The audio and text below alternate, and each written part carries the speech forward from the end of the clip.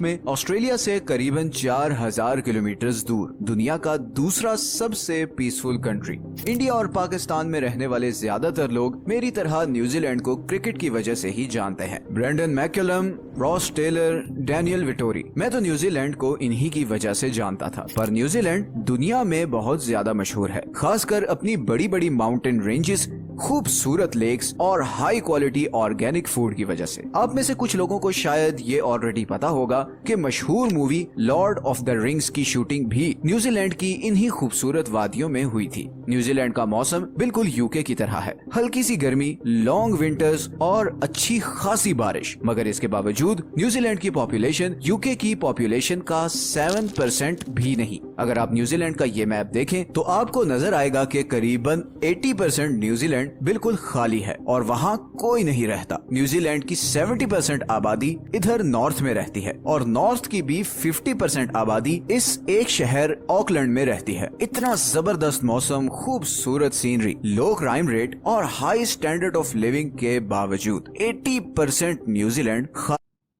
आए जानते हैं इस सवाल का जवाब। सच ये है कि इस वीडियो में सबसे पहले अगर हम वर्ल्ड मैप देखें तो आप नोटिस करेंगे कि न्यूजीलैंड हमारी बाकी दुनिया से बहुत दूर है। मतलब अगर आप कराची या मुंबई से जहाज में बैठें तो ये पूरा अरेबियन सी और इंडियन ओशन को क्रॉस करके करीबन 18 से 22 घंटे की फ्लाइट के बाद ही आप न्यूजीलैंड पहुंच सकते हैं। और अब सवाल ये पैदा होता है कि इंसान दुनिया से इतनी दूर इस आइलैंड तक पहुंचा कैसे। अब यहाँ पर मल्टीपल व्यूज हैं। अगर हम न्यूजीलैंड की ऑफिशियल वेबसाइट पे जाएं तो वहाँ ये लिखा है कि आज से 1000 साल पहले लगभग 1320 से 1350 के बीच माओरी लोगों ने न्यूजीलैंड को डिस्कवर किया। माओरी पैसिफिक ओशन के इन सारे आइलैंड्स, जिन्हें पोलिनेशियन आइलैंड्स भी कहा जाता है, इन पर रहने वाले लोगों को कहा जाता था। ऑफिशियल सोर्सेज के मुताबिक माओरी 13वीं सदी के आसपास अपने ये सारे आइलैंड्स छोड़कर बड़ी बड़ी कश्तियों में बैठे और इधर न्यूजीलैंड पहुंच गए। ये लगभग वही जमाना बनता है जब मंगोल्स और चंगेज खान पूरे यूरो एशिया पर अपना कंट्रोल ले रहा था। लेकिन अब सवाल ये पैदा होता है कि ये लोग अपने पुराने आइलैंड्स छोड़कर न्यूजीलैंड आए ही क्यों। इस सवाल का खोज लगाने के लिए जब हमने रिसर्च की तो कुछ आर्टिकल से पता चला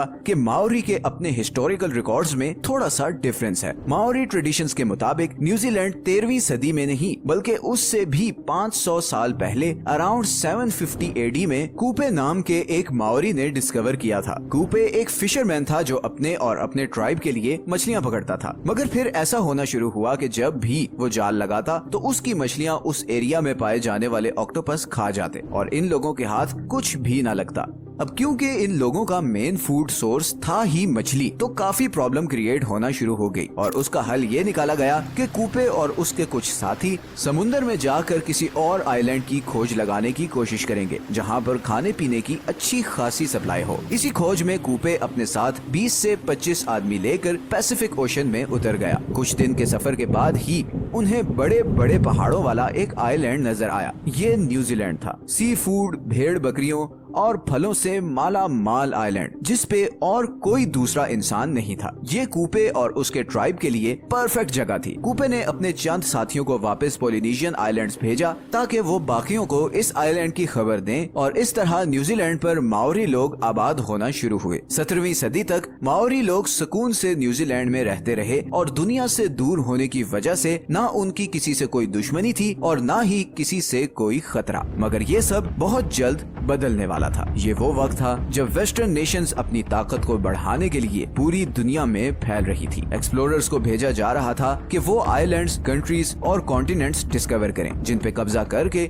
यूरोपियन कंट्रीज अपनी पावर बढ़ा सकें। इसी सिलसिले में एक Dutch explorer Abel Tasman Pacific Ocean के साउथ में किसी कॉन्टिनेंट की खोज में निकला, बिकॉज उस वक्त यूरोपियंस का ख्याल था कि इस हिस्से में कोई कॉन्टिनेंट जरूर होगा और अगर ऐसा हुआ तो वो यूरोपियन कंट्रीज के लिए बहुत सी अपॉर्चुनिटीज के दरवाजे खोल देगा। 1642 में टैस्मैन ने न्यूजीलैंड को डिस्कवर किया, मगर उसने जब वहां उतरने की कोशिश की तो उसकी माओरी लोगों के साथ जबरदस्त खूनी लड़ाई हुई और मजबूरन उसे भागना पड़ा। फिर 1769 में एक ब्रिटिश ऑफिसर जेम्स कुक इसी कॉन्टिनेंट को ढूंढता हुआ न्यूजीलैंड आ पहुंचा। एक दफा फिर जेम्स के फौजियों और माओरी लोगों में जबरदस्त लड़ाई हुई और उसमें कई माओरी चीफ भी मारे गए। जेम्स को वापस जाना पड़ा, मगर इस बार उसने न्यूजीलैंड और इस सारे सफर का डिटेल्ड मैप बना लिया और इसी मैप के थ्रू फिर 18वीं सदी में यूरोपियंस इस आइलैंड तक पहुंचना शुरू हुए और इस बार उन्होंने माओरी लोगों के साथ बड़े स्मार्ट तरीके से डील किया। उन्हें ट्रेड और प्रॉफिट का लालच देकर ब्रिटिशर्स ने उधर अपनी नेवल पोर्ट्स बनाना शुरू की और फिर 100 साल बाद ही ब्रिटिशर्स ने न्यूजीलैंड का कंप्लीट कंट्रोल ले लिया। ब्रिटिशर्स और माओरी लोगों के दरमियान 1840 में एक ट्रीटी साइन हुई जिसे द ट्रीटी ऑफ वायतांगी कहा जाता है और इस ट्रीटी के बाद न्यूजीलैंड ऑफिशियली यूरोप और ब्रिटिश एम्पायर का हिस्सा बन गया। उस वक्त माओरी लोगों की पॉपुलेशन करीबन 2 लाख थी, लेकिन अगले 100 सालों में ये पॉपुलेशन बढ़ने के बजाय 2 लाख से कम होकर 40,000 तक पहुंच गई और उसकी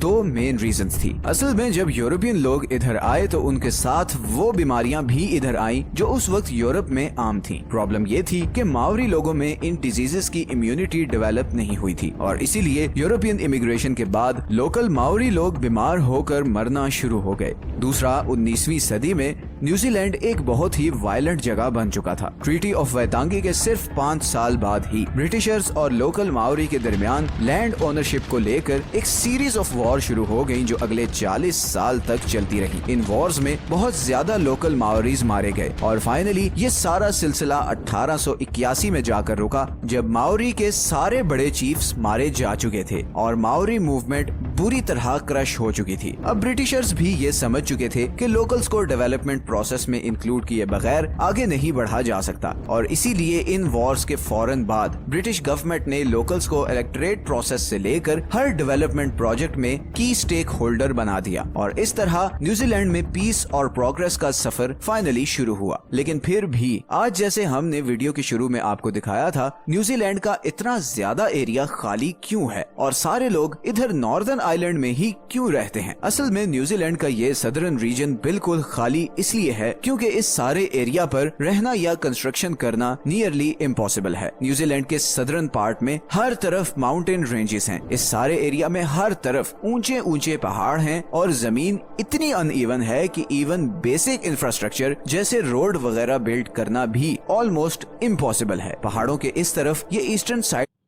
खुश्क और इनफर्टाइल है जिसकी वजह से यहाँ पर इरिगेशन वगैरह भी नहीं हो सकती। इसीलिए न्यूजीलैंड की मेजॉरिटी पॉपुलेशन इधर नॉर्दर्न आइलैंड पर रहती है। पॉपुलेशन शॉर्टेज के इस मसले को हल करने के लिए न्यूजीलैंड गवर्नमेंट ने वर्ल्ड वॉर 2 के बाद इमिग्रेशन पॉलिसीज रिलैक्स की। वर्ल्ड वॉर 2 से पहले न्यूजीलैंड में नॉन वाइट लोगों की एंट्री मना थी और इसी वजह से न्यूजीलैंड की पॉपुलेशन 1950s तक स्टैग्नेंट रही और उसके बाद जब ये रिस्ट्रिक्शन खत्म हुई तो एशिया स्पेशली चाइना, फिलीपींस और इंडिया से लोग इधर आकर आबाद होना शुरू हुए एंड न्यूजीलैंड की पॉपुलेशन में फाइनली मच नीडेड बूम आना शुरू हुआ। आज न्यूजीलैंड की पॉपुलेशन का ऑलमोस्ट 27% इमिग्रेंट्स या वो लोग हैं जो न्यूजीलैंड से बाहर पैदा हुए थे। इमिग्रेंट्स की मेजॉरिटी इधर ऑकलैंड और उसके आसपास के एरियाज में रहते हैं और यही वजह है कि ऑकलैंड आज दुनिया के लीस्ट अफोर्डेबल सिटीज में से एक है बिकॉज लैंड सप्लाई कम है और हाउसिंग की डिमांड ज्यादा है। इसी प्रॉब्लम को हल करने के लिए न्यूजीलैंड गवर्नमेंट अब लोगों को $8,000 तक की ग्रांट दे रही है